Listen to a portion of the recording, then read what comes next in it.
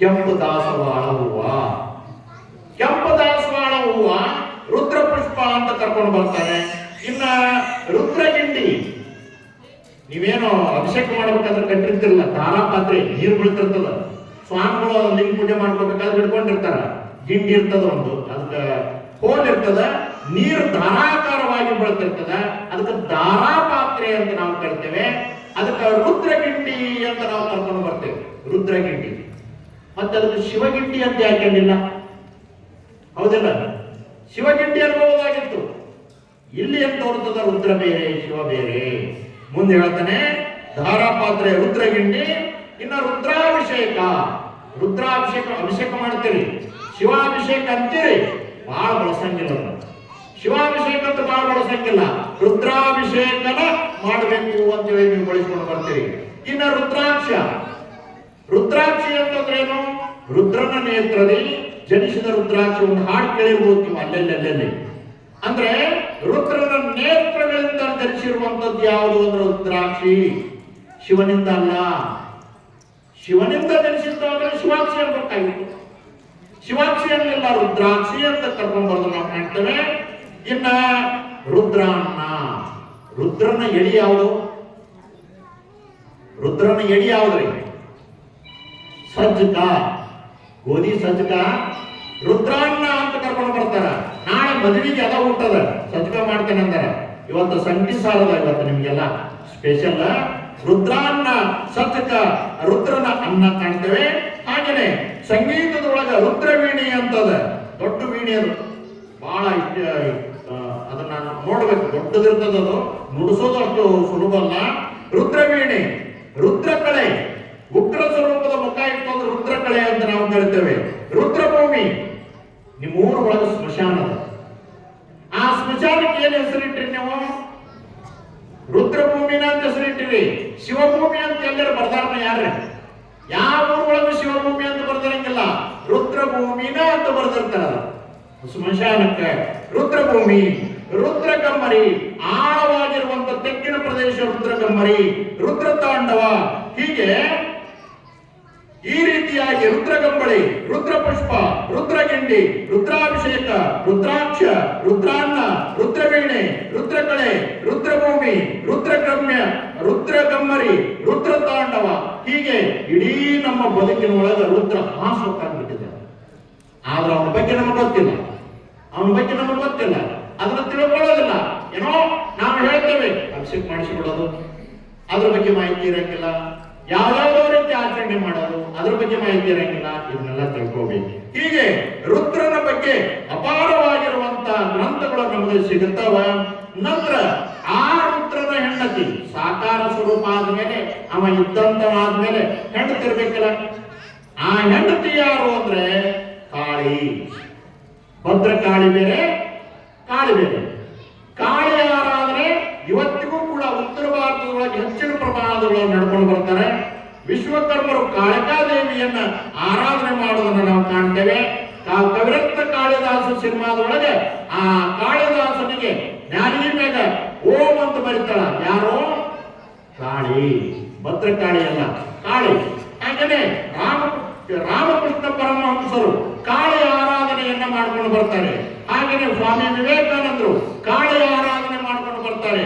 ತೆನಾಲಿ ರಾಮಕೃಷ್ಣ ಹಾಸ್ಯ ಕವಿ, ವಿಕಟ ಕವಿ, ದೊಡ್ಡ ವಿದ್ವಾಂಸ ತೆನಾಲಿ ರಾಮಕೃಷ್ಣನು ಕಾಳಿ ಆರಾಧನೆ ನಾವು ಮಾಡ್ಕೊಂಡು ಬರ್ತೇವೆ. ಹಾಗೆಯೇ ನಾವು ಪೂಜಿಸುವ ಇಷ್ಟಲಿಂಗ ಏನದಲ್ಲ, ಅದು ಎರಡು. ಕಾಳಿ ರುದ್ರರ ಆರಾಧನೆಯ ಸಂಕೇತ ಇಷ್ಟಲಿಂಗದ ಒಳಗ ಲಿಂಗ ಇರ್ತದ, ಪೀಠಕ, ಅದು ಶಿವನ ಸಂಕೇತ. ಮೇಲ್ಗಡೆ ಕಂತಿ ಏನಿರ್ತದಲ್ಲ, ಕಂತಿ ಏನಿಟ್ಟಿರ್ತದೆ ಅದು ಕಪ್ಪಾಗಿರ್ತದ, ಅದು ಕಾಳಿಯ ಸಂಕೇತ. ರುದ್ರ ಕಾಳಿಯರ ಆರಾಧನೆ ಪ್ರತಿದಿನ ಇಷ್ಟಲಿಂಗ ಪೂಜೆ ಮಾಡಿಕೊಂಡ್ರೆ ಅಂದ್ರೆ ರುದ್ರ ಕಾಳಿಯರ ಆರಾಧನೆ ಮಾಡಬೇಕಾಗ್ತದೆ. ಆ ಹಿನ್ನೆಲೆಯನ್ನು ನಾವು ಕಂಡುಕೊಂಡು ಬರ್ತೇವೆ. ಹೀಗೆ ನಮ್ಮ ಸಂಸ್ಕೃತಿಯ ಆರಾಧ್ಯ ದೇವರು ಅಂತಂದ್ರೆ ಅದು ರುದ್ರ ಅನ್ನೋದನ್ನ ನಾವು ಕಂಡುಕೊಂಡು ಬರ್ತೇವೆ.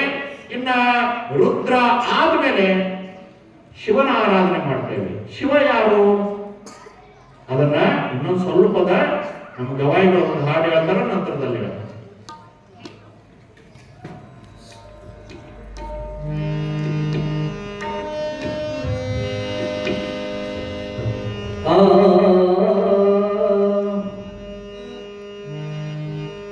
ಗಂಡ ಗಂಜಿ ಬದುಕು ಮಾಡಮ್ಮ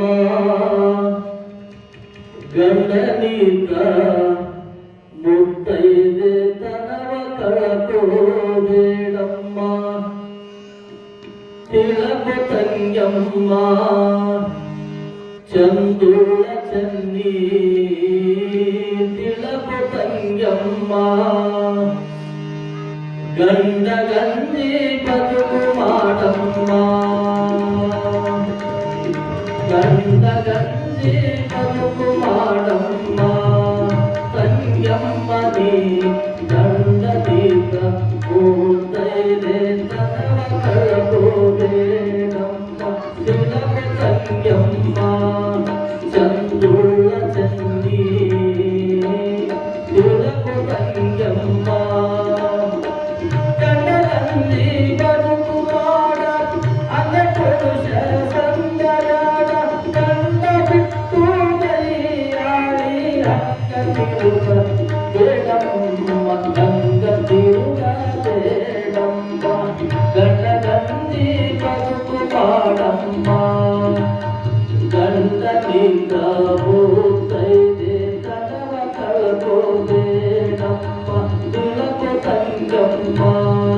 ಚಂದುಳ ಚನ್ನಿ ತಿಳಕು ತಂಗಮ್ಮ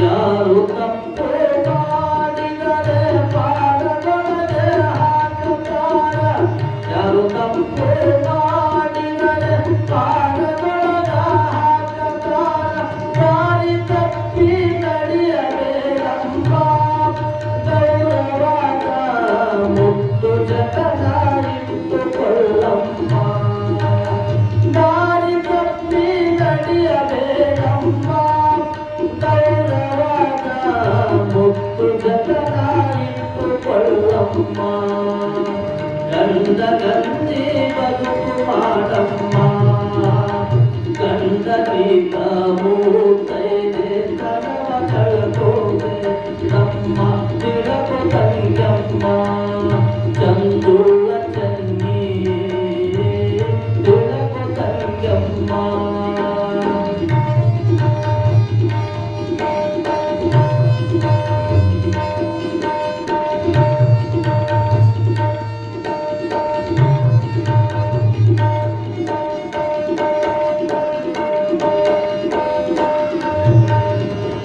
ಆರು ಬಾಗಿಲ ಮುಚ್ಚಿ ಮರಿಯ ಆರು ಅರಿಯದಂತೆ ಒಳಮನೆಯ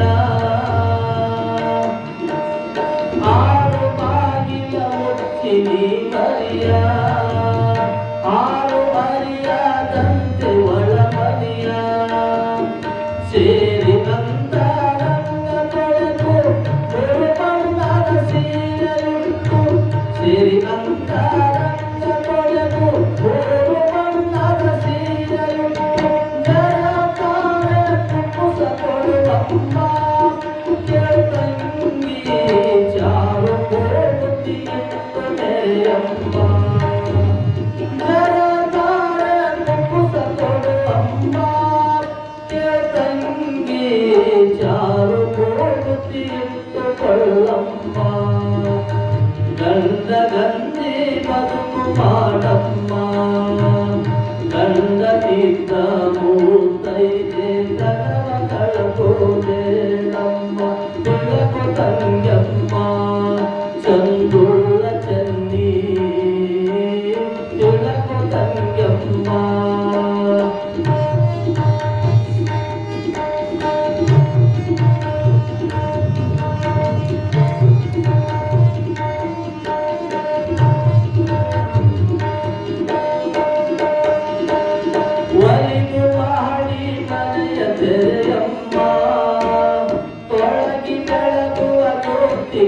ಕಾಣಮ್ಮ ಒಲಿದು ಮಾಡಿ ಮನೆಯ ತೆರೆಯಮ್ಮ ತೊಡಗಿ ಬೆಳಗುವ ಜ್ಯೋತಿ ಕಾಣಮ್ಮ ಮಲಿನ ಮಾಯ ಮಂಗಳ ಹೊಲಸು ಮಂಗಲಿಲ್ಲ ಅಲ್ಲಿ ಮಲಿನ ಮಾಯ ಮಂಗಳ ಹೊಲಸು ಮಂಗಲಿಲ್ಲ ಅಲ್ಲಿ ತಿಳಿದು ಮರೆತು ನೀನು ಮಲಗಮ್ಮ ಮಡಿವಾಳ ಪತಿ ಕೂಡ ನೀನಾಗಮ್ಮ ತಿಳಿದು ಮರೆತು ನೀನು ಮಲಗಮ್ಮ ಮಡಿವಾಳ ಪತಿ ಕೂಡ ನೀನಾಗಮ್ಮ ಗಂಧ ಗಂಧಿ ಬದುಕು ಮಾಡಮ್ಮ ಗಂಧದಿಂದ ಮೂರ್ತೈದೆ ತನವ ಕಳಕೋಬೇಡಮ್ಮ ತುಳಕು ತಂಗಮ್ಮ ಚಂದುಳ ಚನ್ನಿ ತುಳಕು ತಂಗಮ್ಮ ತುಳಕು ತಂಗಮ್ಮ ಚಂದುಳ ಚನ್ನಿ ತುಳಕು ತಂಗಮ್ಮ ತುಳಕು ತಂಗಮ್ಮ ಜಯ ಪಾರ್ವತಿ ಗಣೇಶನ ಮಹಾದೇವ. ಹೀಗೆ ರುದ್ರನ ಆರಾಧನೆಯನ್ನ ನಾವೆಲ್ಲರೂ ಕೂಡ ಮಾಡ್ಕೊಂಡು ಬರ್ತಾ ಇದ್ದೇವೆ. ಅದರ ಜೊತೆಗೆ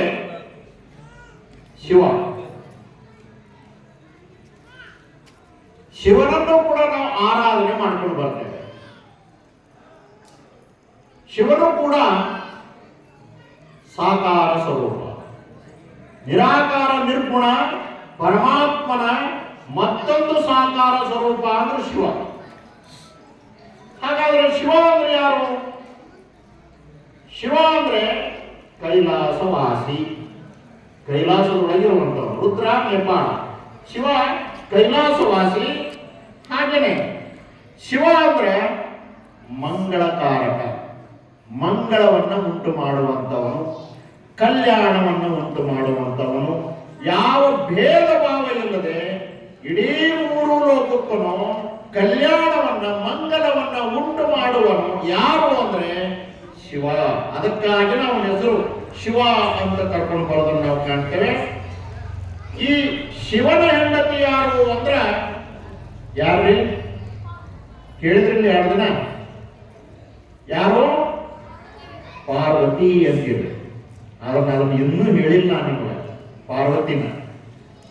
ಶಿವನ ಮೊದಲನೇ ಹೆಂಡತಿ ಯಾರು ಅಂದ್ರೆ ಸತೀದೇವಿ, ದಾಕ್ಷಾಯಿಣಿ ಮಧ್ಯೆ ಹೆಂಡತಿ.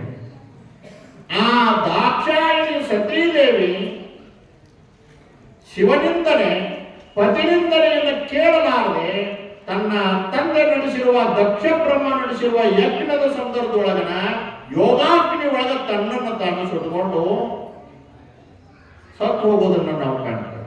ಪ್ರಾಣವನ್ನು ಅರ್ಪಣೆ ಮಾಡ್ಕೊಂಡು ಬರ್ತಾಳೆ. ಈಕೆ ಪ್ರಾಣವನ್ನು ಅರ್ಪಣೆ ಮಾಡಿದ ಬಂದ್ಮೇಲೆ ಶಿವ ತಪಸ್ಸಿ ಕೂತ್ಕೊಳ್ತಾನ. ಶಿವ ತಪಸ್ಸಿ ಕೂತ್ಕೊಂಡ ಮೇಲೆ ಮದುವಿಲ್ಲ, ಹೆಂಡತಿ ತೀರ್ಕೊಂಡು ನಂತರ ಏನ್ ಮಾಡೋದು? ತಪಸ್ಸಿ ಕೂತ್ಕೊಂಡ ಕತೆ ಬರ್ತಾವೆ ಎಲ್ಲ ಪುರಾಣದೊಳಗ, ಸಾಕಾರ ಶಿವನ ಕಥೆಗಳು. ತಪಸ್ಸಿ ಕೂತ್ಕೊಂಡ ಮೇಲೆ ಮುಂದೇನಾಗ್ತದೆ? ತಾರಕಾಸುರ ಅನ್ನುವಂತ ರಾಕ್ಷಸ ಪರಮಾತ್ಮನನ್ನ ಕುರಿತು ಬ್ರಹ್ಮನನ್ನ ಕುರಿತು ತಪಸ್ಸು ಮಾಡಿ ವರ ಪಡಿತಾನ. ಏನ್ ವರ ಪಡಿತಾನ ಅಂದ್ರ, ನನಗ ಯಾರಿಂದಲೂ ಸಾವು ಬರಬಾರ್ದು. ಬ್ರಹ್ಮ ಅಂತನ ಅದು ಸಾಧ್ಯ ಇಲ್ಲ, ಒಟ್ಟು ಸಾವು ಬರೋದ ಅಂದ ಕೂಡ ಬೇರೆ ವರ ಕೇಳೋದು.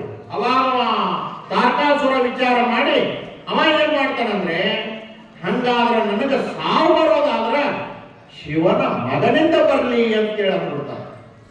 ಯಾಕಂತಾನ? ಹೆಂಡತಿ ತೀರ್ಕೊಂಡಾಳ, ಇನ್ನು ಮುಂದೆ ಮದುವೆ ಆಗಂಗಿಲ್ಲ, ಅವನಿಗೆ ಮಕ್ಕಳಾಗಂಗಿಲ್ಲ, ನಂತರ ನಾನು ಯಾವಾಗಲೂ ಶಾಶ್ವತವಾಗಿರ್ತಾನೆ ಅಂತ ಹುಡುಗತಿ ಒಳಗೆ ಕೇಳ್ಕೊಂಡ್ಬಿಡ್ತಾನ. ಮುಂದೆ ಎಲ್ಲಾ ದೇವತೆಗಳು ಸೇರಿ ಏನ್ ಮಾಡಬೇಕು? ತಾರಕಾಸುರನ ಸಂಹಾರ ಮಾಡಬೇಕು, ಶಿವನನ್ನ ಎಬ್ಬಿಸ್ಬೇಕು. ಶಿವನನ್ನ ಎಬ್ಬಿಸಿ ಅವನಿಗೊಂದು ಮದುವೆ ಮಾಡಬೇಕು. ಅವನಿಗೆ ಮದುವೆ ಮಾಡಬೇಕಾದ್ರೆ ಕನ್ಯೆ ಯಾರು? ಅಷ್ಟು ಸುಲಭ ಕನ್ಯೆನೂ ಅಷ್ಟೇ ಸಮರ್ಥಶಾಲಿಯಾಗಿರೋ ಯೋಗಿನಿ ಆಗಿರ್ಬೇಕಲ್ಲ. ಆ ಶಿವನನ್ನೇ ನಾವು ಪತಿಯಾಗಬೇಕು ಅಂತೇಳಿ ಹಿಮಾಲಯ ಪರ್ವತದ ಒಳಗೆ ಆ ಹಿಮವಂತನ ಮಗಳು ಯಾರು ಅಂದ್ರೆ ಪಾರ್ವತಿ ತಪಸ್ಸನ್ನು ಮಾಡ್ತಿರ್ತಾಳೆ. ಶಿವನನ್ನ ಒಪ್ಪಿಸ್ತಾರೆ ಎಲ್ಲರೂ. ತಪಸ್ಸಿನಿಂದ ಮೊದಲು ಎಬ್ಬಿಸ್ತಾರ. ಕಾಮದಹನ ಬರ್ತದೆ ನೋಡ್ರಿ, ಕತೆ ಬರ್ತಾವೆಲ್ಲ. ತಪಸ್ಸಿನಿಂದ ಎದ್ದ ಮೇಲೆ ಪಾರ್ವತಿಯನ್ನ ಮದುವೆ ಆಗ್ಲಿಕ್ಕೆ ಒಪ್ಪಿಸ್ತಾರ. ಏನ್ ಮಾಡಿದ್ರು ಒಪ್ಪಕ್ ತಯಾರಾಗಂಗಿಲ್ಲ. ಆವಾಗ ಪರಮಾತ್ಮನಿಗೆ ಶಿವನಿಗೆ ಹೇಳ್ತಾರೆ, ಏನ್ ಹೇಳ್ತಾರೆ ಅಂದ್ರೆ, ನಿನ್ನಿಚ್ಛ ಇಲ್ಲದೆ ಇದ್ರು ಲೋಕದ ಕಲ್ಯಾಣಕ್ಕಾಗಿ ನೀ ಮದುವೆ ಆಗಬೇಕು. ಈ ಕಥೆಗಳು ನಮ್ಗೆ ಏನ್ ತಿಳಿಸ್ತಾವಂದ್ರೆ, ಮದುವೆ ಆಗೋದು ಕೇವಲ ದೈಹಿಕ ಸುಖ, ದೈಹಿಕ ಆಸೆಗಾಗಿ ಅಲ್ಲ, ಲೋಕೋತ್ತರಕ್ಕಾಗಿ, ಮಕ್ಕಳನ್ನು ಪಡೆಯುವುದಕ್ಕಾಗಿ, ಸಂಸಾರ ಇದೆಲ್ಲ ನಡೀಬೇಕು ಅನ್ನೋ ಉದ್ದೇಶಕ್ಕೆ ಅಲ್ಲಿ ಮದುವೆ ಆಗ್ಬೇಕು ಅನ್ನೋ ಉದ್ದೇಶದ ಮದುವೆ ಉದ್ದೇಶ ಇರುತ್ತೆ. ಹಂಗ ಪರಮಾತ್ಮನಿಗೆ ಅಂದ ಕೂಡಲೇ ಲೋಕದ ಕಲ್ಯಾಣಕ್ಕಾಗಿ ನಾನು ಮದುವೆ ಒಪ್ಪಿಸ್ತಾರ. ವಯಸ್ಸು ಆಗಿರ್ತದೆ ಪರಮಾತ್ಮನಿಗೆ, ಶಿವನಿಗೆ. ಅವಾಗ ಪಾರ್ವತಿಯನ್ನ ಮದುವೆ ಮಾಡ್ತಾರ. ಮುಂದ ತಾರಕಾಸುರ ಸಂಹಾರಕ್ಕಾಗಿ ಮಗನ ಜನನ ಆಗ್ತದ. ಷಣ್ಮುಖ ಸ್ವಾಮಿ, ಸುಬ್ರಹ್ಮಣ್ಯ, ಕುಮಾರಸ್ವಾಮಿ ಇವೆಲ್ಲ ಹೆಸರು ಬರ್ತಾವ ಷಣ್ಮುಖ ಸ್ವಾಮಿಗೆ. ಈ ತಮಿಳುನಾಡಿನೊಳಗೆ ದೊಡ್ಡ ದೊಡ್ಡ ದೇವಸ್ಥಾನಗಳದಾವ. ಈ ಕಡೆ ಬಂದವರೆಲ್ಲ ಈ ಕಡೆ ಬರ್ತಾರ. ಶ್ರೀಶೈಲಕ್ಕ, ಅರುಣಾಚಲಕ್ಕ, ಶಿವ ಪಾರ್ವತಿ ಆ ಹಿನ್ನೆಲೆ ಕಥೆಗಳು ಇಲ್ಲಿ ಬರ್ತಾವ. ದಕ್ಷಿಣ ಭಾರತಕ್ಕೆ ಬರೋದನ್ನ ನಾವು ಕಂಡುಕೊಂಡು ಬರ್ತೇವೆ. ಹೀಗೆ ಅಲ್ಲಿ ಆ ಪಾರ್ವತಿಯನ್ನು ಎರಡನೇ ಮದುವೆ ಹಾಕೊಂಡು ಬರ್ತಾರೆ. ಮದುವೆ ಆದ್ಮೇಲೆ ಪಾರ್ವತಿ ಎರಡನೇ ಮದುವೆ ಆಯ್ತು. ಶಿವನಿಗೆ ವರ್ಣ ಯಾವುದು ಅಂದ್ರೆ ಶ್ವೇತ ವರ್ಣ. ಶ್ವೇತ ಅಂದ್ರೆ ಬೆಳೆಯ ವರ್ಣ. ರುದ್ರನಿಗೆ ಕೆಂಪು ವರ್ಣ, ಶಿವನಿಗೆ ಶ್ವೇತ ವರ್ಣ. ಅವಾಗ ಅವನ ರುದ್ರ ದಿಗಂಬರ ಆದ್ರ ಶಿವ ಚರ್ಮಾಂಬರ. ಆಗ್ಲೇ ನಮ್ಮಲ್ಲಿ ಬಹಳಷ್ಟು ಬದಲಾವಣೆ ಆಗಿರ್ತವ. ಉಡುಗೆ ತೊಡುಗೆಗಳು ಅಲ್ಲಿಂದ ಶುರುವಾಗ್ತವೆ. ಅವಾಗ ಇದು ಚರ್ಮವನ್ನ ಹೊತ್ತುಕೊಳ್ಳುವಂತ ಪರಂಪರೆ ನಾವು ಕಾಣ್ತೇವೆ. ಹಾಗೆಯೇ ಶಿವ ಶಾಂತಿ ಪ್ರಿಯ, ಉಗ್ರನಲ್ಲ, ಶಾಂತಿ ಪ್ರಿಯ.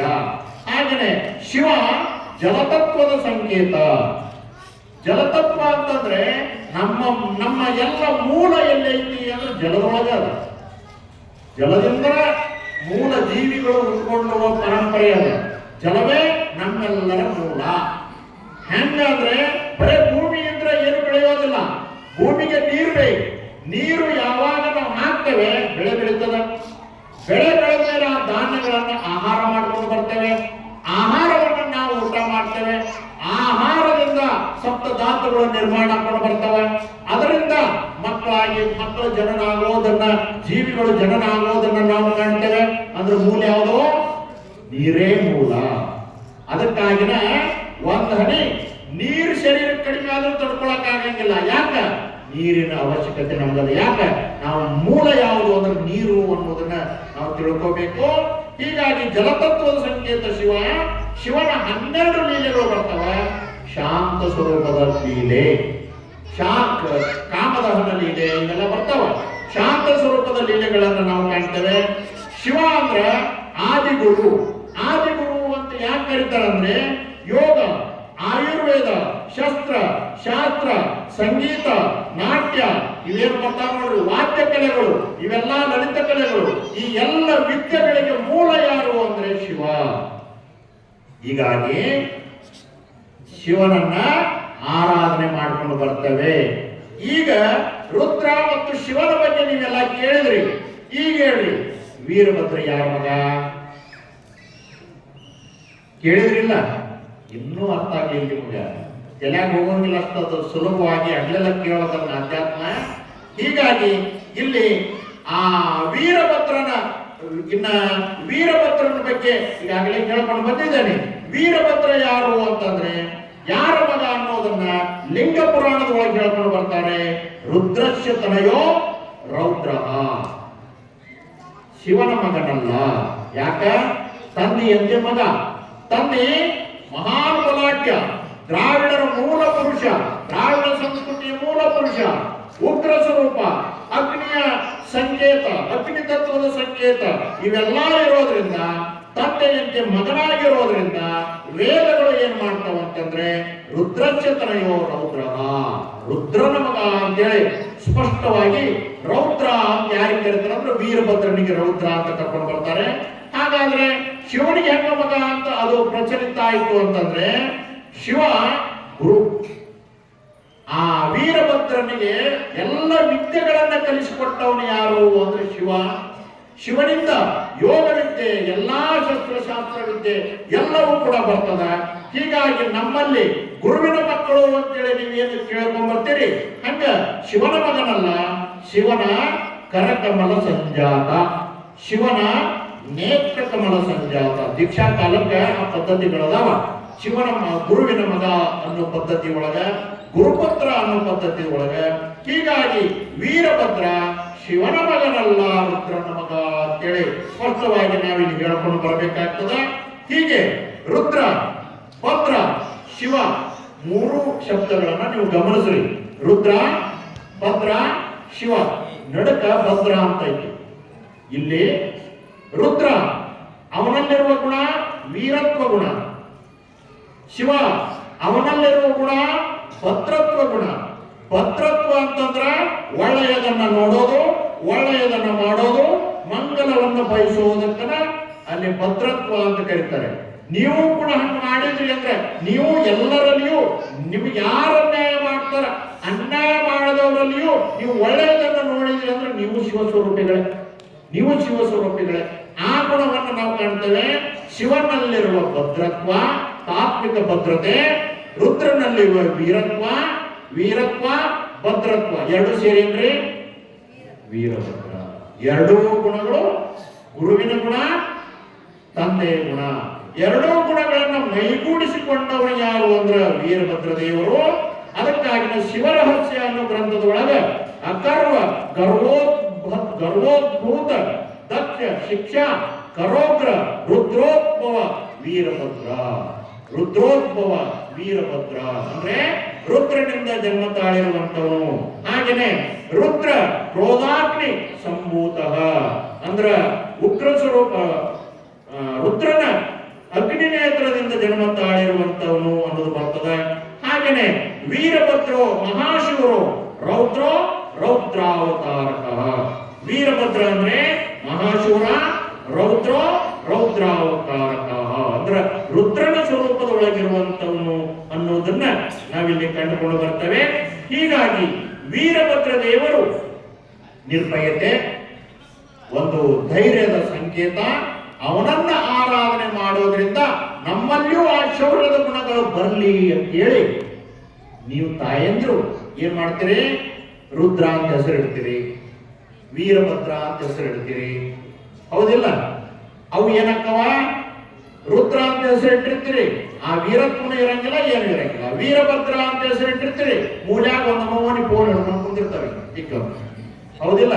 ಅದಕ್ಕಾಗಿನೇ ಒಬ್ಬ ಜಾನಪದ ಕವಿಯತ್ರಿ ಹೇಳ್ತಾಳ, ನನ್ನ ಮಗ ಇರ್ತಾನ ಒಬ್ಬ ಜಾನಪದ ಕವಿಯತ್ರಿಗೆ. ಆ ಮಗ ಹೇಳ್ತಾಳ ಏನಂತಂದ್ರ ಮಗನಿಗೆ ಹೆಸರಿಟ್ಟಿರ್ತಾಳ ವೀರಭದ್ರ ಅಂತ. ಯಾಕೆ ವೀರಭದ್ರ ಅಂತ ಹೆಸರಿಡ್ತಾಳ ಅಂದ್ರ ವೀರಭದ್ರ ನಂಗೆ ಶೂರಾಗ್ಲಿ ಅಂತೇಳಿ, ಹಂಗ ಅದಕ್ಕಾಗಿನೇ ಹೆಸರಿಡ್ತಾ ಇದ್ರು. ಈಗೇನೋ ಬಂದಾವ ಹೆಸರು. ಆಕೆ ಏನ್ ಹೇಳ್ತಾಳ ಅಂದ್ರೆ, ಯಾಕೋ ವೀರಭದ್ರ ಮುಖವೆಲ್ಲ ಸಪ್ಪಗೆ, ನೋಡೋಕೆ ಬಂದವರು ನಗುತ್ತಾರೆ, ವೀರಭದ್ರ ಕಾಯ ಒಡಿಸೇನಿ ಕಲಿಯಾಗೋ ಅಂತ ಹೇಳಿ ಕೇಳ್ಕೊತಾಳ ತಾಯಿ. ಮಗನಿಗೆ ಹೇಳ್ತಾಳ, ಅವ ವೀರಭದ್ರ ಅಂತ ಹೆಸರಿಟ್ಟಿರ್ತಾಳ, ಮೂಲ್ಯಾಗ ಬಂದಿರ್ತಾನ ಡ್ರೈ ಅಂತೇಳಿ, ಯಾವ ವೀರತ್ವನು ಇರಂಗಿಲ್ಲ, ಏನು ಇರಂಗಿಲ್ಲ. ಕನ್ಯಾ ಕೊಡಾಕ್ ಬಂದಿರ್ತ ಮತ್ತೆ ನೋಡ್ಬೇಕಲ್ಲ ಅವನ, ಆ ಹುಡುಗನ ನೋಡಾಕ್ ಬರ್ತಾರ. ಅದಕ್ಕೆ ನೋಡೋಕೆ ಬಂದವರು ನಗುತ್ತಾರೆ, ನಗುತ್ತಾರ, ನೀ ಯಾಕೆ ನಿಂತ್ಕೊಂತೀಯಪ್ಪ, ಅದಕ್ಕೆ ಅವ್ರು ಬರೋದ್ರೊಳಗ ನೀನು ಸ್ವಲ್ಪ ಧೈರ್ಯಶಾಲಿಯಾಗು, ಗಟ್ಟಿಯಾಗು ಅಂತೇಳಿ ಆಕೆ ಪ್ರಾರ್ಥನೆ ಮಾಡ್ಕೊಳ್ತಾಳ. ಏನಂತಂದ್ರೆ, ಕಾಯ ಒಡಿಸೇನಿ ಕಲಿಯಾಗು, ನಿನ್ಗೆ ಹೆಸರಿಟ್ಟನಿ, ದೇವರಿಗೆ ಕಾಯ ಒಡಿಸ್ತಾನೆ, ವೀರಭದ್ರ ನಂಗ ನೀನಾಗು ಅಂತ. ಅದಕ್ಕಾಗಿ ವೀರಭದ್ರನ ಹೆಸರು ಇರ್ತಾವ. ನೀವು ವೀರಭದ್ರನು ಪೂಜೆ ಮಾಡ್ತಿರ್ತಾರೆ, ವೀರರು ಅಲ್ಲ, ಧೀರರು ಅಲ್ಲ, ಶೂರರು ಅಲ್ಲ, ಎಲ್ಲ ಹೋಗ್ಯಾವ. ಮೊಬೈಲ್ ವೀರರಾಗಿಬಿಟ್ರಿ ನೀವೆಲ್ಲ. ಇವೆಲ್ಲ ಕಥೆಗಳು ಅಂದ್ರೆ ಇವೆಲ್ಲ ಇದನ್ನ ನಾವು ಕಂಡುಕೊಂಡು ಬರ್ತವೆ. ಹೀಗೆ ವೀರಭದ್ರ, ರುದ್ರ, ಭದ್ರ, ಶಿವ, ನಂದಿ, ಋಷಭ ಇವರೆಲ್ಲರೂ ಕೃಷಿಕರ ಆರಾಧ್ಯ ದೈವ. ಎಲ್ಲರೂ ನಾವು ಈ ಶಿವನ ಭಕ್ತರು, ನಾವೆಲ್ಲ ಈ ದೇವರನ್ನ ನಾವು ಆರಾಧನೆ ಮಾಡಿಕೊಂಡು ಬರ್ತೇವೆ. ಹೀಗೆ ವೀರಭದ್ರ ದೇವರು ಪ್ರಾಕಟ್ಯ ಆಯಿತು. ಇನ್ ಕತೆ ಬರ್ತಾನೆ ಗೊತ್ತಾಗ ನಿಮ್ಗೆ ವೀರಭದ್ರ ದೇವರು ರುದ್ರನ ಮಗ ಅಂತೇಳಿ. ಇನ್ನ ವೀರಭದ್ರ ದೇವರು ಪ್ರಾಕಟ್ಯ ಆಯ್ತು, ವೀರಭದ್ರ ದೇವರ ಜನನ ಆಯ್ತು. ಹಾಗಾದ್ರೆ ಅವನು ಹುಟ್ಟಿದ ವಾರ ಯಾವುದು, ಯಾವ ಮಾಸ, ಅದನ್ನ ಒಂದು ಕಡೆ ಹೇಳ್ತಾರೆ ಭಾದ್ರಪದ ಮಾಸ ಮಂಗಳವಾರ ಅಂತ ಕೆಲವೊಂದು ಕಡೆ ಅದ. ಒಟ್ಟ ವೀರಣ್ಣ ವಾರ ಅಂತಂದು ಮಂಗಳವಾರ ಎಲ್ಲರಿಗೂ ಗೊತ್ತಿರುವಂತದ್ದು. ಇನ್ನ ಮಾಘ ಮಾಸ ಮಂಗಳವಾರ ಅಂತ ಕೆಲವೊಂದು ಕಡೆ ಹೇಳೋರು ಬರ್ತಾರೆ. ಒಟ್ಟಿನಲ್ಲಿ ಮಾಸ ವ್ಯತ್ಯಾಸ ಆದ್ರೂ ವಾರ ಮಾತ್ರ ಎಲ್ಲರೂ ಕೂಡ ಮಾಡ್ಕೊಂಡು ಬರ್ತೇವೆ. ಇನ್ನು ಅಕ್ಕ ಮಹಾದೇವಿ ತನ್ನ ವಚನದ ಒಳಗ ಅಲ್ಲಿ ಹೇಳ್ಕೊಂಡು ಬರ್ತಾಳ. ಯಾಕಂತಂದ್ರೆ ಅಕ್ಕ ಮಹಾದೇವಿ ಮನೆ ದೇವರು ಯಾರು ಅಂದ್ರೆ ವೀರಭದ್ರ ಸ್ವಾಮಿ. ಅದನ್ನ ಹೇಳ್ತಾಳೆ, ಗುರುವೇ ಬಾರ, ವರವೇ ಬಾರ, ದೇವ ದೇವ ಹರನೇ ಬಾರ, ಸುಕೃತ ಬಾರ, ಸರ್ಪಹಾರ ಬಾರ, ದೇವ ವೀರಭದ್ರ ರುದ್ರ ದುರಿತ ದೂರ ವಿಶ್ವರೂಪ ಬಾರ. ಅದು ಎಂತ ಉಪದೇಶದ ನಂಬಿಯಮ್ಮ, ಮಂಗಳವಾರದ ದಿನ ಮನೆಯ ಸಾರಿಸೆಯಮ್ಮ, ಕಟ್ಟು ಮುಟ್ಟು ಹೊರಕ್ಕೆ ಬಿಸಾಡೆಯಮ್ಮ, ಮನೆಯ ದೇವರ ಜ್ಯೋತಿಯ ತುಂಬಿ ಕಪ್ಪುರದ ಮಂಗಳಾರತಿಯ ತಂದಿರಿಸಿಯಮ್ಮ ಅಂತೇಳಿ ವಚನವನ್ನು ಅಕ್ಕ ಮಹಾದೇವಿ ಬರ್ಕೊಂಡು ಮಾಡ್ತಾರೆ. ಅಕ್ಕ ಮಹಾದೇವಿ ಮನೆದೇವರು ವೀರಭದ್ರ ಸ್ವಾಮಿ. ಮಂಗಳವಾರ ದಿವಸ ಮಣಿ ಮಾಡಬೇಕು, ಸಾರಿಸಬೇಕು, ಮುಚ್ಚಟ್ಟು ಅದು ಇದು ಆಗಬಾರ್ದು, ಮಡಿಯುಡಿಯಿಂದ ವೀರಭದ್ರನ್ನ ಬಡಮಾಡ್ಕೋಬೇಕು ಅಂತೇಳಿ ಅಕ್ಕ ಮಹಾದೇವಿ ಬಹಳ ಸುಂದರವಾಗಿ ವಚನದ ಒಳಗೆ ಬರ್ಕೊಂಡು ಬರೋದನ್ನ ನಾವು ಕಂಡುಕೊಂಡು ಬರ್ತೇವೆ. ಇಂಥ ಒಂದು ವೀರಭದ್ರ ದೇವರ ಆರಾಧನೆ ಪ್ರಾಚೀನ ಕಾಲದಿಂದಲೂ ಇರುವಂತದ್ದು. ಹಾಗಾದ್ರೆ ವೀರಭದ್ರ ದೇವರ ಜನನ ಆದ ಮೇಲೆ ಮದುವೆ ಮಾಡಬೇಕಲ್ಲ, ಮದುವೆ ಹೆಂಗ್ ಮಾಡೋದು, ಕನ್ಯೆ ಹುಡುಕ್ಬೇಕಲ್ಲ. ಮತ್ತು ವೀರಭದ್ರ ದೇವರು ಹಂಗದಾನ ಅಂದ ಮೇಲೆ ಅದಕ್ಕೆ ತಕ್ಕಂತ ಕನ್ಯೆಯನ್ನ ಹುಡುಕ್ಬೇಕು. ಹೆಂಗ ನೀವೆಲ್ಲ ಇಂಜಿನಿಯರ್ ಮಕ್ಕಳಿಗೆ ಇಂಜಿನಿಯರ್, ಡಾಕ್ಟರ್ ಮಕ್ಕಳಿಗೆ ಡಾಕ್ಟರ್, ಹಿಂಗ ಮ್ಯಾಚಿಂಗ್ ಏನದು ಹೊಂದಾಣಿಕೆ ಸಾಲಾವಳಿ ಎಲ್ಲ ನೋಡ್ತಿರಲ್ಲ ಒಂದು ಮದುವೆ ಮಾಡಬೇಕಾದ್ರೆ. ಹಂಗ ಆ ವೀರಭದ್ರ ದೇವರಿಗೆ ಮದುವೆ ಮಾಡಬೇಕಾದ್ರ ಇಷ್ಟೊಂದು ಸ್ವರೂಪದೊಳಗ ವೀರತ್ವ ಇರುವಂತ ವೀರಭದ್ರನಿಗೆ ಅಷ್ಟೇ ಸಮರ್ಥಶಾಲಿಯಾಗಿರುವಂತ ಕನ್ಯೆಯನ್ನು ಹುಡುಕ್ಬೇಕಾಗ್ತದೆ. ಆ ಕನ್ಯೆ ಯಾರು ಅಂತಂದ್ರೆ ಭದ್ರಕಾಳಿ. ಅಂದ್ರೆ ಭದ್ರಕಾಳಿ. ಭದ್ರಕಾಳಿ ಯಾರು ಅಂದ್ರೆ ರುದ್ರ ಕಾಳಿಯರ ಮೊಮ್ಮಗಳು, ಮಗಳು. ಇವತ್ತಿಗೂ ನೀವು ಆ ಪರಂಪರೆಯನ್ನು ಅನುಸರಿಸ್ತೀರಿ. ಮನ್ಯಾಗನ ಬೀಗ್ತನ ಮಾಡ್ತಿರ್ತೀವಲ್ಲ, ಹೌದಿಲ್ರಿ? ಮನ್ಯಾಗ ಬೀಗ್ತನ ಇರ್ತದಲ್ಲ, ಹಂಗ ಮನ್ಯಾಗನ ಬೀಗ್ತ ಅಂದ್ರೆ ರುದ್ರಕಾಳಿಯರ ಮೊಮ್ಮಗಳು, ಮಗಳನ್ನ ಈ ವೀರಭದ್ರನಿಗೆ ತಗೊಳ್ತಾರೆ. ವೀರಭದ್ರನಿಗೆ ಮದುವೆ ಮಾಡಿಸಿಕೊಂಡು ಬರ್ತಾರೆ ಭದ್ರಕಾಳಿಯನ್ನ. ಭದ್ರಕಾಳಿ ಯಾರು ಅಂತಂದ್ರೆ 64 ಯೋಗಿನಿಯರು ಬರ್ತಾರೆ. 64 ಯೋಗಿನಿಯರು ಅಂದ್ರೆ 7 ಅಗ್ನಿ ಕನ್ಯೆಯರು, 57 ರುದ್ರ ಕನ್ಯೆಯರು. ಇವರಿಗೆಲ್ಲ 64 ಯೋಗಿನಿಯರಿಗೆ, ರುದ್ರ ಕನ್ಯೆಯರಿಗೆ ಮುಂದಾಳತ್ವ ಯಾರು ಅಂದ್ರೆ ಭದ್ರಕಾಳಿ. ಭದ್ರಕಾಳಿ ಭಾರತದ ಪ್ರಪ್ರಥಮ ವೀರ ಮಹಿಳೆ, ಪ್ರಪ್ರಥಮ ಮಹಿಳಾ ಸೇನಾಧಿಪತಿ ಅನ್ನೋದನ್ನು ನೀವು ನೆನಪಿಟ್ಟುಕೊಳ್ಳಿ. ಆ ಭದ್ರಕಾಳಿ ಹಿನ್ನೆಲೆ ಬರ್ತದೆ. ಅದನ್ನೇ ಅಲ್ಲವ ಪ್ರಭುಗಳು ತಮ್ಮ ವಚನದೊಳಗೆ ಭದ್ರಕಾಳಿಯ ಬಸಿರೊಳಗಿದ್ದ ಬಾವಿಯ ಸರ್ಪವನು ಚಿತ್ತರಸದ ಘಟಿಕೆಯ ನುಂಗಿ ಎತ್ತು ಆಡಿತ್ತು ನೋಡ ಅಂತೇಳಿ ಅಲ್ಲವ ಪ್ರಭುಗಳು ಹೇಳ್ತಾರೆ. ಇದು ಏನು ಅಂತಂದ್ರೆ, ನೀವೆಲ್ಲ ವೀರಭದ್ರ ದೇವಸ್ಥಾನಕ್ಕೆ ಹೋಗ್ತೀರಿ, ವೀರಭದ್ರ ದೇವರ ಮೂರ್ತಿ ನೋಡಂಗಿಲ್ಲ. ಅದನ್ನ ಗಮನಿಸ್ರಿ. ಹಿಂದ್ಗಡೆ ನೀವ್ ಹೆಂಗ ಹೆಣ್ಮಕ್ಳು ಜಡೆ ಹಾಕೊಂಡಿರ್ತೀರಿ, ಹಂಗ ಜಡೆ ನಾಗರಹಾವಿನ ತರ ಅದು ಹಿಂದೆ ಎಳೆ ಬಿಟ್ಟಿರ್ತದ. ಅಲ್ಲೇ ಮೂರ್ತಿ ಹಂಗ ಮಾಡಿರ್ತಾರ ಅವರು. ಅದು ಏನೋ ಕುಂಡಲಿನಿ, ಮನಕುಂಡಲಿನಿ ಯೋಗ ನಿಷ್ಣಾತ ಯಾರು ಅಂದ್ರೆ ವೀರಭದ್ರ ಸ್ವಾಮಿ. ನಾಗಪ್ಪನ ಪೂಜೆ ಮಾಡ್ತೀರಿ, ಕಲ್ಲಿನ ನಾಗಪ್ಪನ. ಅದರ ಹಿನ್ನೆಲೆ ಏನೋ ಅದು ಕೂಡ ಯೋಗ ಕುಂಡಲಿನಿ ಹಿನ್ನೆಲೆ ಒಳಗೆ ಬರುವಂತದ್ದು ಯೋಗ ಪರಂಪರೆ. ಆ ಯೋಗ ಪರಂಪರೆ ಇರೋದ್ರಿಂದ ಬೌದ್ಧ ಧರ್ಮದ ಒಂದು ಪಂಥದವರು ವೀರಶೈವ ಪರಂಪರೆಯನ್ನ ಅನುಸರಿಸ್ತಾರ. ಯಾಕ? ತಂತ್ರವಿದ್ಯೆ. ಆ ತಂತ್ರವಿದ್ಯೆಯ ಮೂಲ ಪುರುಷ ಯಾರು ಅಂದ್ರ ವೀರಭದ್ರ ಸ್ವಾಮಿ. ತಂತ್ರವಿದ್ಯೆ ಅಂದ್ರೆ ಏನು? ನಿಮ್ಮಲ್ಲೇ ಅದ. ನಿಮ್ಮ ಏನ ಚಕ್ರಗಳು ಅಂತದವ ಶರೀರದೊಳಗ, ನಿಮ್ಗೆ ಗೊತ್ತಿರೋದು ಒಂದ ಹಟ್ಟಿ ಬಾಯಿ. ಹಟ್ಟಿ ತುಳ್ಕೊಳ್ಳೋದು, ಅದನ್ನ ಹೆಂಗ್ ತುಳ್ಕೊಳ್ಳೋದು ವಿಚಾರ ಮಾಡೋದು, ಅದ್ರ ಬಗ್ಗೆ ವಿಚಾರ ಮಾಡ್ತೀರಿ. ಒಳಗ ಪರಮಾತ್ಮ ಏನೇನು ಇಟ್ಟಾನ ಅನ್ನೋದನ್ನ ಮರೆತು ಬಿಡ್ತೀರಿ. ಒಳಗಡೆ ಯೋಗ ಶಕ್ತಿಯ ಮೂಲಕ ಅಪಾರ ಶಕ್ತಿಯನ್ನು ಪಡ್ಕೊಳ್ಳಿಕ್ಕೆ ಬರ್ತದ. ಆ ಹಿನ್ನೆಲೆ ಒಳಗ ಅದು ಕುಂಡಲಿನಿ ಜಾಗೃತಿ ಹಿನ್ನೆಲೆ ಅದ.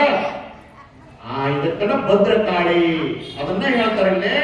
ಭದ್ರಕಾಳಿಯ ಬಸಿರೊಳಗಿರ್ಪ ಭಾವಿಯ ಸರ್ಪವನ್ನು ಅಂತ ಅಲ್ಲಮ ಪ್ರಭುಗಳು ಅದಕ್ಕೆ ಭದ್ರಕಾಳಿ ಅಂತ ಕರ್ಕೊಂಡಾರ. ಕುಂಡಲಿನಿ ಜಾಗೃತಿ ಅಂದ್ರೆ ಶಕ್ತಿ ಅಲ್ಲಿ ಇರ್ತದ ಆಧಾರ ಚಕ್ರದೊಳಗ, ಅದನ್ನ ಜಾಗೃತಗೊಳಿಸಿ ಕುಂಡಲಿನಿ ಜಾಗೃತಿ ಮಾಡಿಕೊಂಡಾಗ ಅಪಾರವಾಗಿರುವಂತ ಶಕ್ತಿ ಮನುಷ್ಯನಿಗೆ ಪ್ರಾಪ್ತಿ ಆಗ್ತದೆ. ಯೋಗ ಶಕ್ತಿಯಿಂದ ಏನೆಲ್ಲ ಫಲಗಳು ಪ್ರಾಪ್ತಿ ಆಗ್ಕೊಂಡು ಬರ್ತವೆ. ಅಂತ ಒಂದು ಭದ್ರಕಾಳಿನೂ ಕೂಡ ಅಷ್ಟೇ ಸಮರ್ಥಶಾಲಿಯಾಗಿರುವಂತವಳು. ವೀರಭದ್ರ ದೇವರು ಕೂಡ ವೀರತ್ವವನ್ನು ಗುಣವನ್ನು ನಾವು ಕಾಣ್ತೇವೆ. ಇವರಿಬ್ಬರಿಗೂ ಮದುವೆ, ಆ ಮದುವೆ ಫಿಕ್ಸ್ ಆಗ್ತದ, ಮದುವೆ ಆಗ್ತದ. ಮದುವೆ ಆದ್ಮೇಲೆ ಅವ್ರು ಏನ್ ಮಾಡ್ತಾರ, ಮತ್ತೆ ದಕ್ಷ ಬ್ರಹ್ಮನ ಬಿಟ್ರಲ್ಲ, ಅಲ್ಲ, ಅವರಿಬ್ರು ಹೋಗ್ತಾರ ದಕ್ಷ ಬ್ರಹ್ಮನ ಯುದ್ಧಕ್ಕೆ ಹೋಗ್ಬೇಕಾದ್ರ ಮುಂದೆ ಏನೇನಾಗ್ತದ ಯುದ್ಧ ನಾಡದು ಹೇಳ್ತಾನೆ ನಿಮ್ಗೆ. ಆ ಯುದ್ಧ ಹೆಂಗ್ ಮಾಡ್ತಾರ, ಭದ್ರಕಾಳಿ ಹೆಂಗ್ ಯುದ್ಧ ಮಾಡ್ತಾಳ, ವೀರಭದ್ರ ಹೆಂಗ್ ಯುದ್ಧ ಮಾಡ್ತಾರ ಅಂತೇಳಿ ನಾಳೆ ಭದ್ರಕಾಳಿ ವೀರಭದ್ರರ ವಿವಾಹ ಕಾರ್ಯಕ್ರಮ. ಆ ವಿವಾಹ ಕಾರ್ಯಕ್ರಮಕ್ಕೆ ಬಹಳ ಉತ್ಸಾಹದಿಂದ ಹೆಚ್ಚಿನ ಸಂಖ್ಯೆದೊಳಗೆ ನೀವೆಲ್ಲರೂ ಕೂಡ ಬರಬೇಕು ಅನ್ನೋ ಮಾತುಗಳನ್ನ ಈ ಸಂದರ್ಭದಲ್ಲಿ ನಿಮಗೆಲ್ಲ ತಿಳಿಪಡಿಸ್ತಾನೆ. ಮತ್ತೆ 2 ದಿನ ಅಂತ ನಿಮಗೆ ಹೇಳಾಕತ್ತಿ, ವರದ ಕಡೆ ಯಾರಕ್ಕಿರಿ, ಕನ್ಯಾದ ಕಡೆ ಯಾರಕ್ಕಿರಿ ಅಂತ ಹೇಳಬಲ್ಲ. ನನಗೆ ಬರೋದೇನೋ ಬರ್ತೀರಿ ಎಲ್ಲರೂ ಕೂಡ. ಹುರುಪಿನಿಂದ ಬಹಳ ಸಂತೋಷದಿಂದ ಕಾರ್ಯಕ್ರಮಗಳನ್ನ ಮಾಡಿದ್ರೆ ಹೇಳೋದು ಹುರುಪಾಗ್ತದ. ಇನ್ನು ಮುಂದೆ ಹೊಸ ಹೊಸ ಪುರಾಣ ಹಂಚ್ಬೇಕಂತ ಮನಸ್ಸು ಬರ್ತದ. ನೀವು ಸುಮ್ಮನೆ ಬಂದು ಕುಂದ್ರೋದು, ಪಟ್ಟಿ ಕೊಡ್ರಿ ಅಂದ್ಕೊಳ್ಳೆ ಒಂದಿಷ್ಟು ಪಟ್ಟಿ ಕೊಡೋದು, ಪ್ರಸಾದ ಮಾಡಿ ಮನೆಗೆ ಹೋಗಿ ಮಕ್ಕೊಂಡ್ಬಿಡೋದು, ಮುಗೀತು. ಮತ್ತೆ ಮುಂದಿನ ವರ್ಷ ಹುರುಪಿನಿಂದ ಕಾರ್ಯಕ್ರಮಗಳನ್ನ ಮಾಡ್ಕೊಂಡು ಬರ್ಬೇಕು. ನಡುವೆ ಇವು ಎಲ್ಲಾ ಕಾರ್ಯಕ್ರಮಗಳ ಯಾಕೆ ಮಾಡ್ತೀವಿ ಅಂದ್ರೆ ಸ್ವಲ್ಪ ಚೇಂಜ್ ಇರಲಿ, ನಿಮ್ಗೆ ಉತ್ಸಾಹ ಬರಲಿ ಅಂತೇಳಿ ಇಂಥ ಕಾರ್ಯಕ್ರಮ ನಡ್ಕೊಂಡು ಬರ್ತಾವ. ಇನ್ನ ನಾಳೆ ಕೆಲವೊಬ್ಬರಿಗೆ ಹೇಳೇನಿ, ವೀರಭದ್ರ ದೇವರ ಗುಡಿ ಏನೋ ನಿಮ್ಮ ಊರಾಗದ. ವೀರಭದ್ರ ದೇವರ ಗುಡಿಯ ಒಳಗ ಉತ್ಸವ ಮೂರ್ತಿ ಅದ. ಆ ಮೂರ್ತಿಯನ್ನ ಮಡಿಯಿಂದ ಕೆಲವರು ಆ ಓಣ್ಯಾನವರು ತಂದೆ ತಾಯಿ 5 ಹೆಣ್ಮಕ್ಳು ಗಂಡ್ಮಕ್ಳು ದಂಪತಿಗಳ ಸಮೇತ ಆ ಮೂರ್ತಿಯನ್ನ ಇಲ್ಲಿ ತಗೊಂಡು ಬರಬೇಕು. ಡೊಳ್ಳಿನವ್ರಿಗೆ ಹೇಳ್ತಾನೆ ಅಂದಾರ, ಅವ್ರಿಗೆ ಬಿಟ್ಟಿದ್ದದು. ಏನ್ ಅಜ್ಜಾರು ಏನ್ ಹೇಳಿದ್ರು ನಮ್ಗೇನು ಹೇಳಿದ್ರು ಅಂತ ಅನ್ಕೋಬೇಡ್ರಿ. ನಿಮ್ಮದೇ ಅದ ಕಾರ್ಯಕ್ರಮ. ಏನಪ್ಪಾ ಅಂದ್ರೆ ಪ್ರಾರಂಭ ಆಗೋತನೂ ನಾ ಎಲ್ಲ ರೆಡಿ ಮಾಡ್ತಿರ್ತೇನೆ. ಕಾರ್ಯಕ್ರಮ ಪ್ರಾರಂಭ ಆಯ್ತು, ಎಲ್ಲ ನಿಮ್ ಕೈಯಲ್ಲಿ ಬಿಟ್ಟಿರ್ತೇನೆ. ರೊಕ್ಕನು ಅಲ್ಲೇ ಇರ್ತವ, ಕೆಲಸನು ನೀವು ಮಾಡೋರು ಇರ್ತೀರಿ. ಒಬ್ಬೊಬ್ರು ಅಲ್ಲೆಲ್ಲ ಮಾತಾಡಿಕೊಂಡು ಕಾರ್ಯಕ್ರಮ ಮಾಡ್ಕೊಂಡ್ಬರ್ರಿ. ನಾಳೆ ವೀರಭದ್ರ ದೇವರ ಮೂರ್ತಿಯನ್ನ ವೀರಭದ್ರ ದೇವರ ಗುಡಿಯಿಂದ ನೀವು ಅದನ್ನು ತಗೊಂಡು ಬರಬೇಕು. ಇಲ್ಲೇ ನಮ್ಮ ರುದ್ರಮುನಿ ಸ್ವಾಮಿ ಅವರು, ಕೆಲವೊಬ್ರು ಜಗವರು ಎಲ್ಲ ವೈದಿಕ ಮಾಡೋರೆಲ್ಲ ಸೇರಿ ಇಲ್ಲೇ ರೆಡಿ ಮಾಡ್ತಾರೆ. ಅದನ್ನೆಲ್ಲ ವರ್ಷ ಮಾಡಿರ್ತೇವೆ ಪುರಾಣದ ಒಳಗ, ಅದನ್ನ ರೆಡಿ ಮಾಡಿರ್ತಾರೆ. ಹಾಗೇನೆ ಕಾಳಿ ಮೂರ್ತಿನೂ ಕೂಡ ಒಂದು ರೆಡಿ ಮಾಡಿರ್ತಾರೆ. ನಾಳೆ ಮದುವೆ ಅರೇಂಜ್ಮೆಂಟು, ನಂತರ ಮದುವೆ ಆದ್ಮೇಲೆ ಮದುವೆ ಪ್ರಸಾದ ಸೇವೆ ನಡ್ಕೊಂಡು ಬರ್ತದ. ಎಲ್ಲಾ ಕಾರ್ಯಕ್ರಮಗಳನ್ನು ಎಲ್ಲ ಪಾಲ್ಗೊಳ್ರಿ. ಮದುವೆಗೆ ಬೇಕಾಗಿರುವಂತ ವಸ್ತುಗಳನ್ನ ಗೊತ್ತಿರ್ತಾವ ನಿಮ್ಗ. ನೀವು ಮೊದಲ ನಾಳೆ ಸಾಯಂಕಾಲ ಹೊತ್ತಿಗೆ ಮಧ್ಯಾಹ್ನ ತಂದು ಕೊಡಬೇಕು. ಬಟ್ಟೆ ಬರೀ ಅವು ಏನಿರ್ತಾವ ಅವನ್ನೆಲ್ಲ ತಂದು ಅರ್ಪಣೆ ಮಾಡ್ರಿ ಅನ್ನೋ ಮಾತುಗಳನ್ನ ತಿಳಿಪಡಿಸಿ, ಇನ್ನ ಮದುವೆಗೆ ಬರಬೇಕಾದ್ರ ಮತ್ತೆ ಹಂಗ ಹಾದಿಗಿದ್ದೀರಿ ನೀವೆಲ್ಲ, ಹಂಗ ಬಂದಿದ್ದೀರಿ. ಮದುವೆಗೆ ಹೋಗೋದು ಏನ್ ಮಾಡ್ತೀರಿ, ಆಯಾರ ಯಾರು ಕೊಡ್ಬೇಕ.